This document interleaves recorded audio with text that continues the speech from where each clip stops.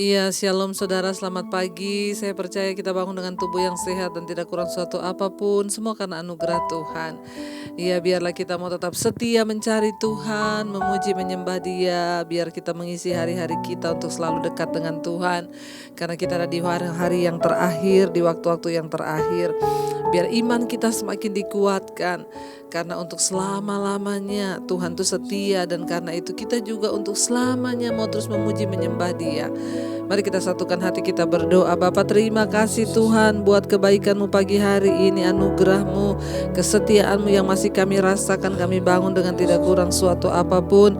Kami bersyukur buat kebaikan Tuhan dalam hidup kami. Terima kasih Bapa.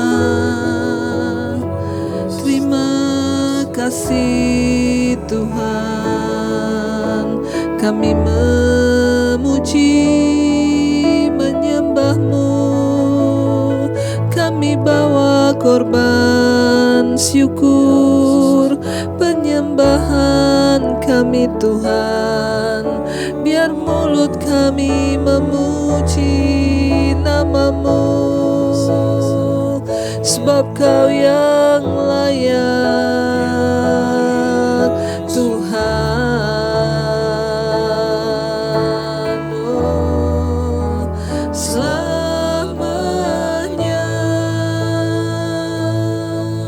ku puji, ku sembah Yesus selamanya.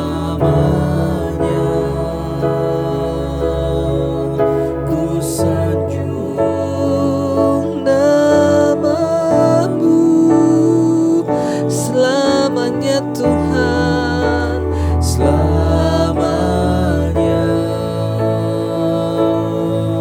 tekadku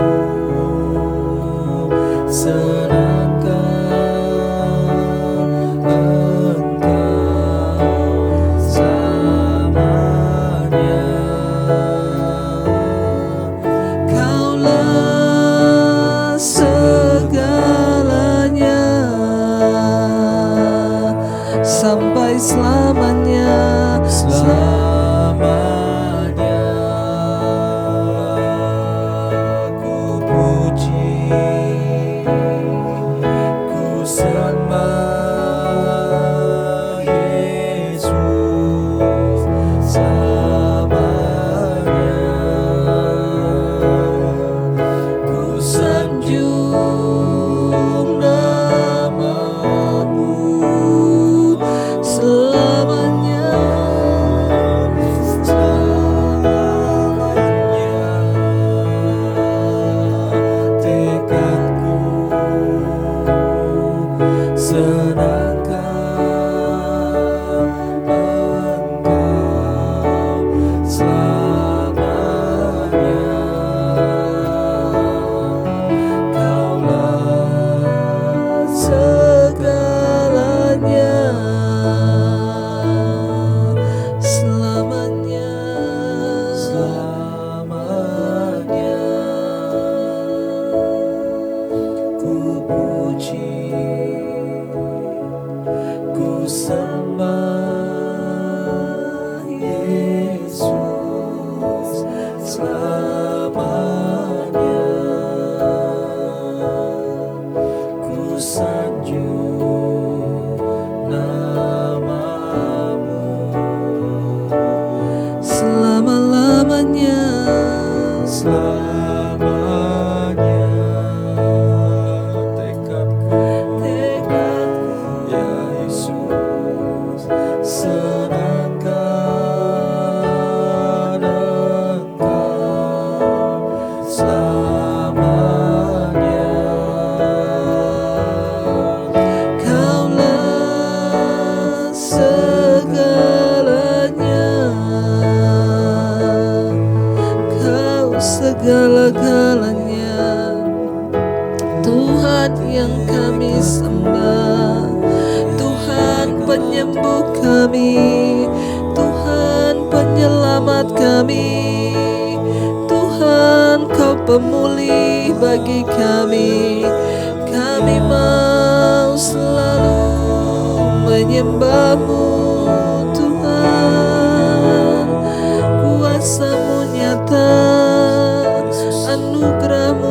kita. Bahkan saat Engkau berfirman, Engkau menyembuhkan kami. Saat Engkau berfirman, mujizat-Mu terjadi di hidup kami.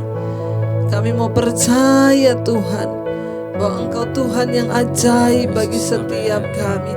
Kami angkat iman kami pagi hari ini di hadapan Tuhan. Kau berfirman dan sembuhkanku. Kau bersabda dan selamatkanku. Tiada yang mustahil bagimu. Yesus, ku percaya padamu. Kau berfirman dan sembuhkanku. Kau bersabda dan selamatkanku. Tiada yang mustahil bagimu. Yesus, ku percaya Lebih lagi saudara, dengan iman katakan, Kau berfirman dan sembuhkan. Kami percaya Kau bersabda dan selamatkanku. Tiada yang mustahil bagimu. Yesus, ku percaya Lebih lagi katakan, Kau berfirman dan sembuhkanku. Kau bersabda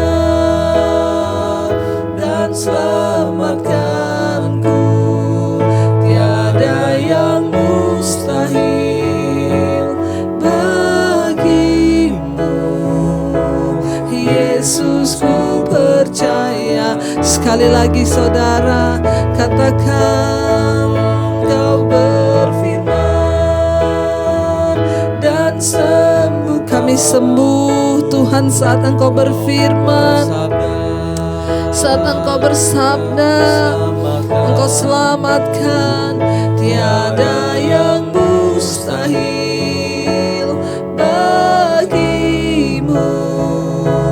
Yesus, ku percaya padamu. Kami percaya Kau berfirman dan kami sembuh Tuhan. Kau bersabda dan kami selamat. Engkau Tuhan yang hebat, Engkau Tuhan yang dahsyat. Engkau yang sanggup pulihkan hidup kami, Tuhan. Kami percaya kuasa-Mu, kami percaya mujizat-Mu masih terjadi Tuhan. Oh, terima kasih buat rahmat-Mu. Kami bersyukur buat hari ini Tuhan. Biar pujian penyembahan kami naik menjadi dupa yang harum di hadapan Tuhan. Biar Engkau disenangkan dengan pujian kami Bapa. Dengan iman yang kami nyatakan lewat pujian penyembahan kami. Engkau Tuhan yang hidup, Tuhan yang sanggup berperkara dalam hidup kami. Tuhan, bekali setiap kami pagi ini dengan kebenaran-Mu, dengan firman yang sanggup menyembuhkan, firman yang sanggup menyelamatkan, firman yang sanggup memulihkan hidup kami. Urapi hamba-Mu yang tidak ada apa-apanya. Kami sambut firman Tuhan, kami buka hati bagi firman-Mu di dalam nama Tuhan Yesus Kristus. Haleluya. Amin, amin, amin. Iya saudara, kita akan membaca firman Tuhan pagi hari ini. Saya percaya saudara adalah orang-orang yang rindu dan terus mau mencari Tuhan dan kehendak-Nya dalam hidupmu, agar kita memperoleh apa yang baik yang berkenan kepada Tuhan. Iya, kita akan membaca firman Tuhan yang terambil pagi ini dari 1 Tesalonika pasal yang ke-5. 1 1 Tesalonika pasal yang kelima ayat yang pertama, saudara. Firman Tuhan berkata, judul perikopnya di sana adalah berjaga-jaga. 1 Tesalonika 5 ayat yang pertama, judul perikopnya berjaga-jaga. Ayat yang pertama, tetapi tentang zaman dan masa, saudara-saudara tidak perlu dituliskan kepadamu. Ayat 2, karena kamu sendiri tahu benar-benar bahwa hari Tuhan datang seperti pencuri pada malam. Rasul Paulus menulis untuk jemaat yang ada di Tesalonika, ya. Tentang zaman dan masa, saudara-saudara, tidak perlu dituliskan kepadamu. Sama seperti hari ini, saudara, banyak orang yang bertanya-tanya, apakah ini sudah mau kiamat, apakah Tuhan sudah mau datang, kapan Tuhan datang. Bahkan banyak WA yang masuk pada saya, Bu, ini udah mau kiamat ya, kapan Bu kiamatnya? Ya, saudara, tidak ada satu orang pun yang tahu. Makanya Rasul Paulus juga berkata di sini, tetapi tentang zaman dan masa, saudara-saudara, tidak perlu ya dituliskan kepadamu. Ya, itu bukan bagian kita, itu nggak perlu kita cari tahu, nggak perlu kita memusingkan itu Tuhan mau datangnya kapan ya, kira-kira ini bukan bagian kita, karena tidak ada satu orang pun yang tahu. Tapi satu hal Rasul Paulus berkata begini, kenapa nggak perlu dituliskan? Karena kamu sendiri tahu benar-benar bahwa ya hari Tuhan itu akan datang seperti pencuri pada malam. Artinya apa? Kita semua tahu bahwa Tuhan itu akan datang seperti pencuri, artinya tidak ada yang tahu waktunya. Pencuri itu kalau datang gak ngomong-ngomong, gak kasih tahu dulu dia mau datang kapan. Tapi setidaknya Tuhan sudah memberikan tanda kedatangannya, akan ada penyakit yang mengamuk, mengambil korban jiwa yang begitu banyak. Akan ada perang, akan ada tanda-tanda aniaya yang datang. Akan ada kelaparan, akan datang masa yang sukar. Dan rasanya kita juga melihat tanda-tanda itu mulai terus tergenapi hari-hari ini ya. Tapi kita sendiri tahu firman Tuhan berkata bahwa tidak ada satupun yang tahu sebab Tuhan akan datang seperti pencuri pada malam hari. Ya, di sini dikatakan. Ya, ayat yang ketiga, apabila mereka mengatakan semuanya damai dan aman, maka tiba-tiba mereka ditimpa oleh kebinasaan. Ya, satu hal di sini Rasul Paulus mengingatkan, jangan merasa aman dan damai. Artinya apa? Sesuatu yang sangat bisa menghanyutkan iman adalah ketika kita ini ada di zona nyaman. Kita merasa semuanya baik-baik saja, kita merasa semua aman-aman saja, uang kita ada, sehat, kita tidak kurang suatu apapun, dan kita merasa wah nyaman ini ya. Lalu kita merasa baik-baik saja di saat semua merasa damai dan aman. Hati-hati kata Rasul Paulus ya, di sana semua mengatakan damai dan aman, maka tiba-tiba mereka ditimpa oleh kebinasaan. Ya, saudara, kita berbicara tentang waktu kedatangan Tuhan. Kiamat itu bukan hanya kiamat yang Tuhan datang kelak, tapi ada yang namanya kiamat kecil bagi setiap manusia, yaitu kematian. Jangan sampai kita merasa aman, semuanya ini buktinya aku juga sehat, lalu kita tidak bertobat dan mencari Tuhan. Kenapa? Yang namanya kebinasaan itu bisa datang kapan saja.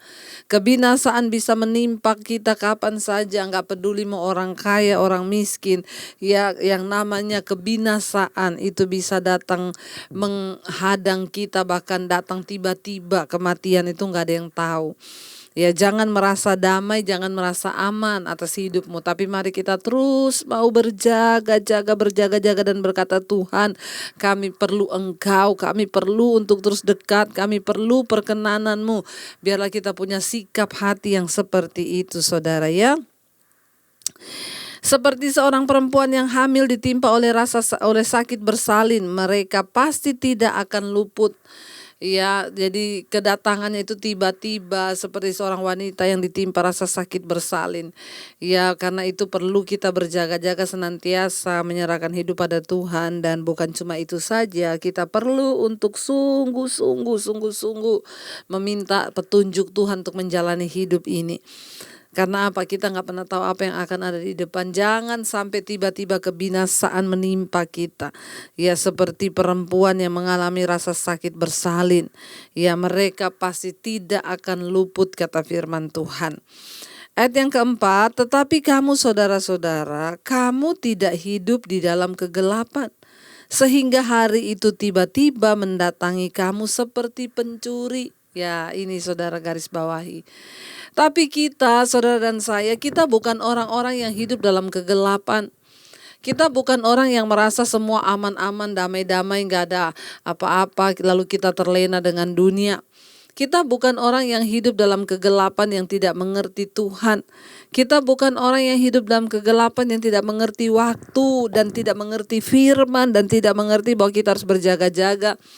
Kita adalah anak-anak terang yang hidup bergantung kepada Tuhan dan terus berserah melakukan firman-Nya. Ayat 4 berkata, tetapi kamu saudara-saudara, saudara dan saya, kamu tidak hidup dalam kegelapan. Syarat untuk kita menanti kedatangan Tuhan kali yang kedua itu adalah apa? Jangan hidup di dalam kegelapan. Sebab orang yang akan ditimpa kebinasaan dan malapetaka waktu Tuhan datang mengalami kiamat, baik itu kedatangan Tuhan kali yang kedua ataupun kiamat kecil yaitu kematian. Orang yang akan ditimpa kebinasaan adalah mereka yang hidup dalam kegelapan. Artinya apa? Mereka yang hidup di dalam dosa, mengikuti keinginan daging, mereka yang terus menikmati segala hawa nafsu dunia ini. Mereka yang terus sibuk berburu uang dan uang. Mereka yang terus mengikuti segala keinginan daging, keinginan mata dan keangkuhan hidup. Dan mereka tidak pernah menyadari bahwa ada di hari-hari yang terakhir dan tidak pernah mau berjaga-jaga. Sehingga dengan tiba-tiba mereka ditimpa kebinasaan. Dan tidak mungkin terluput kata firman Tuhan dari murka Allah. Ya, tetapi kita saudara, kamu ya saudara-saudara, kamu tidak hidup di dalam kegelapan. Kita nggak hidup di dalam kegelapan yang membuat kita akhirnya binasa ditimpa sesuatu yang tiba-tiba. Ya, ayat ini berkata, kamu tidak hidup dalam kegelapan sehingga hari itu tiba-tiba mendatangi kamu seperti pencuri. Hanya orang-orang yang hidup dalam kegelapan, hanya orang-orang yang tinggal dalam dosa, mereka akan mengalami kekejutan. Saudara, ya, mari kita ini hidup ya di dalam kebenaran firman Tuhan. Mari kita terus berusaha melakukan apa yang berkenan pada Tuhan. Ya, kita ini orang-orang yang terus berjaga-jaga ya dan menanti kedatangan Tuhan kali yang kedua. Ya, biar kita tidak kedapatan saudara ya buta, kita tidak kedapatan telanjang dan kita tidak kedapatan ya artinya apa firman Tuhan bilang jangan sampai ke kedapatan buta, telanjang, miskin di hadapan Tuhan. Ya, kita menjadi orang-orang yang akan dipermalukan di hari-hari terakhir, tapi kita mau menjadi orang yang terus berjaga-jaga dan menggenakan jubah kekudusan. Ayat 5 berkata, karena kamu semua adalah anak-anak terang dan anak-anak siang, kita bukanlah orang-orang malam atau orang-orang kegelapan. Tapi kita adalah anak-anak terang, kita adalah anak-anak siang, bukan anak-anak malam yang hidup dalam kegelapan, tidak ada terang dalam hidupnya. Apa yang menjadi terang bagi kita semua hari-hari ini adalah firman Tuhan. Ya, kita bukan orang-orang yang akan ditimpa malapetaka atau kebinasaan ketika hari Tuhan itu datang. Karena kita adalah anak-anak terang, kita adalah anak-anak siang, kita adalah anak-anak Tuhan yang terus mencari kebenaran dan terus hidup di dalam perkenanannya. Kita lah ada anak-anak Tuhan yang terus memohon kepada Tuhan untuk terus hidup kita boleh berjaga-jaga di dalam Dia. Ya, kita mau terus menjadi anak-anak Tuhan yang bukan anak-anak yang akan ditimpa kebinasaan, tetapi kita adalah anak-anak terang yang hidupnya sudah diterangi oleh kuasa firman Tuhan sehingga kita semua mengalami perubahan hidup.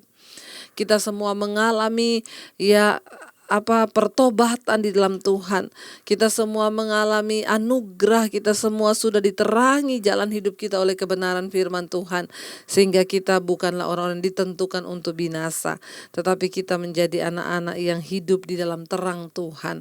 Saya berdoa supaya saudara terus mencari perkenanan Tuhan, supaya saudara terus merindukan Tuhan, supaya kita ini terus bertumbuh dalam firman. Saya bersyukur mendengar banyak orang-orang yang terus mau berubah dan diubahkan oleh firman. Saudara, tidak ada cara lain untuk kita berkenan di hadapan Tuhan selain kita ini terus mengalami perubahan dalam hidup kita. Saya percaya dan saya berdoa biar saudara kita semua menjadi orang-orang yang layak untuk menyambut kedatangannya kali yang kedua. Bahkan kalaupun kita dipanggil mati, dipanggil kembali ke rumah Bapa, kita bahkan semua siap. Kita bukan orang-orang yang akan ditimpa kebinasaan secara mendadak. Jangan takut dengan apapun termasuk kematian, karena ada kehidupan kekal setelah kematian bersama dengan Tuhan. Mari kita siapkan hati kita untuk kita terus merenungkan firman ini lebih dalam lagi, kita masuk dalam hadirat Tuhan. Terima kasih. Terima kasih Tuhan, kami mau terus ada di dalam perkenanan-Mu hari-hari ini, mempersembahkan hidup yang kudus, yang layak dan yang berkenan pada Tuhan. Pakai kami untuk menjadi alat-Mu di hari-hari terakhir, agar kami tidak mengalami kebinasaan kekal, tapi kami memiliki kehidupan kekal di dalam Engkau. Terima kasih Tuhan, hanya ini Tuhan persembahan kami. Segenap hidup kami, jiwa dan raga kami persembahkan bagi Tuhan. Ini hidup kami Bapa,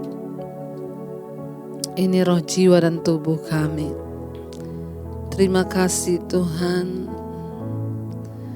Hanya ini Tuhan persembahanku, segenap hidupku, jiwa dan ragaku. Sebab tak ku miliki harta kekayaan yang cukup berarti untuk ku persembahkan.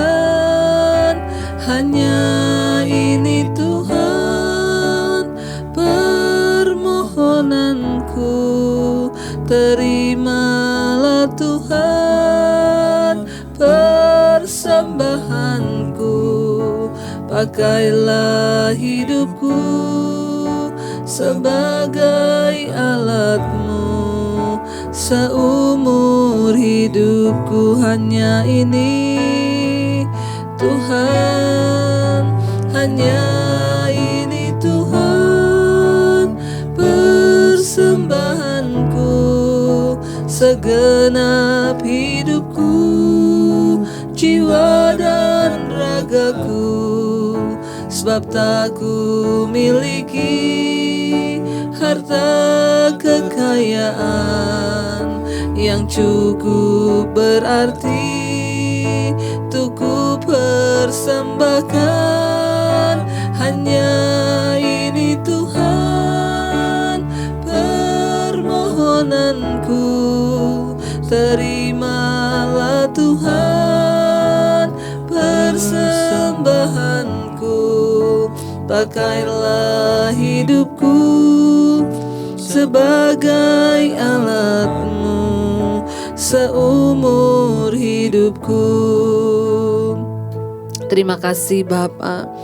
Biarlah kami terus berjaga-jaga di dalam Engkau dengan mempersembahkan tubuh yang hidup, yang kudus dan berkenan kepada Tuhan. Supaya ketika Engkau datang kali yang kedua, kami tidak binasa, melainkan memperoleh janji akan hidup yang kekal. Berkati setiap anak-anak-Mu yang setia mengikuti mezbah syukur di pagi hari ini. Berkati kehidupan mereka senantiasa ada dalam perkenanan-Mu. Dalam mereka bekerja, melakukan segala aktivitas, bahkan kami berdoa, semua yang kami lakukan biarlah dalam perkenanan Tuhan. Berkati mereka yang bekerja hari ini di kantor, di luar, bahkan yang ada di rumah. Tuhan menyertai dengan perlindungan yang sempurna. Berkati para suami-suami, istri, anak-anak. Kami boleh terus ada dalam perkenanan-Mu, hidup dalam kekudusan-Mu ya Bapa. Berkati bangsa Indonesia, Shalom Indonesia, Bapak Presiden Jokowi dan Wakilnya Ma'ruf Amin. Tuhan memberkati. Terima kasih, bahkan semua pergumulan kami tahu ada di dalam tangan Tuhan. Engkau yang turut bekerja mendatangkan kebaikan di hidup kami. Bapa kami yang ada di sorga, dikuduskanlah nama-Mu, datanglah kerajaan-Mu, jadilah kehendak-Mu di bumi seperti di sorga. Berikanlah kami pada hari ini makanan kami yang secukupnya, dan ampuni kami akan kesalahan kami, seperti kami juga mengampuni orang yang bersalah kepada kami. Janganlah membawa kami dalam pencobaan, tetapi lepaskan kami daripada yang jahat, karena Engkau-lah yang punya kerajaan dan kuasa dan kemuliaan sampai selama-lamanya. Terimalah kiranya berkat dari Allah Bapa, cinta kasih Tuhan Yesus Kristus, penyertaan manis Allah Roh Kudus menyertai hidupmu mulai dari hari ini bahkan sampai kali yang kedua Tuhan Yesus datang menjemput kita semua. Nama-Mu tercatat di dalam kitab kehidupan. Dalam nama Yesus yang percaya diberkati Tuhan, katakan bersama, amin. Amin. Selamat pagi, selamat beraktivitas dan Tuhan memberkati.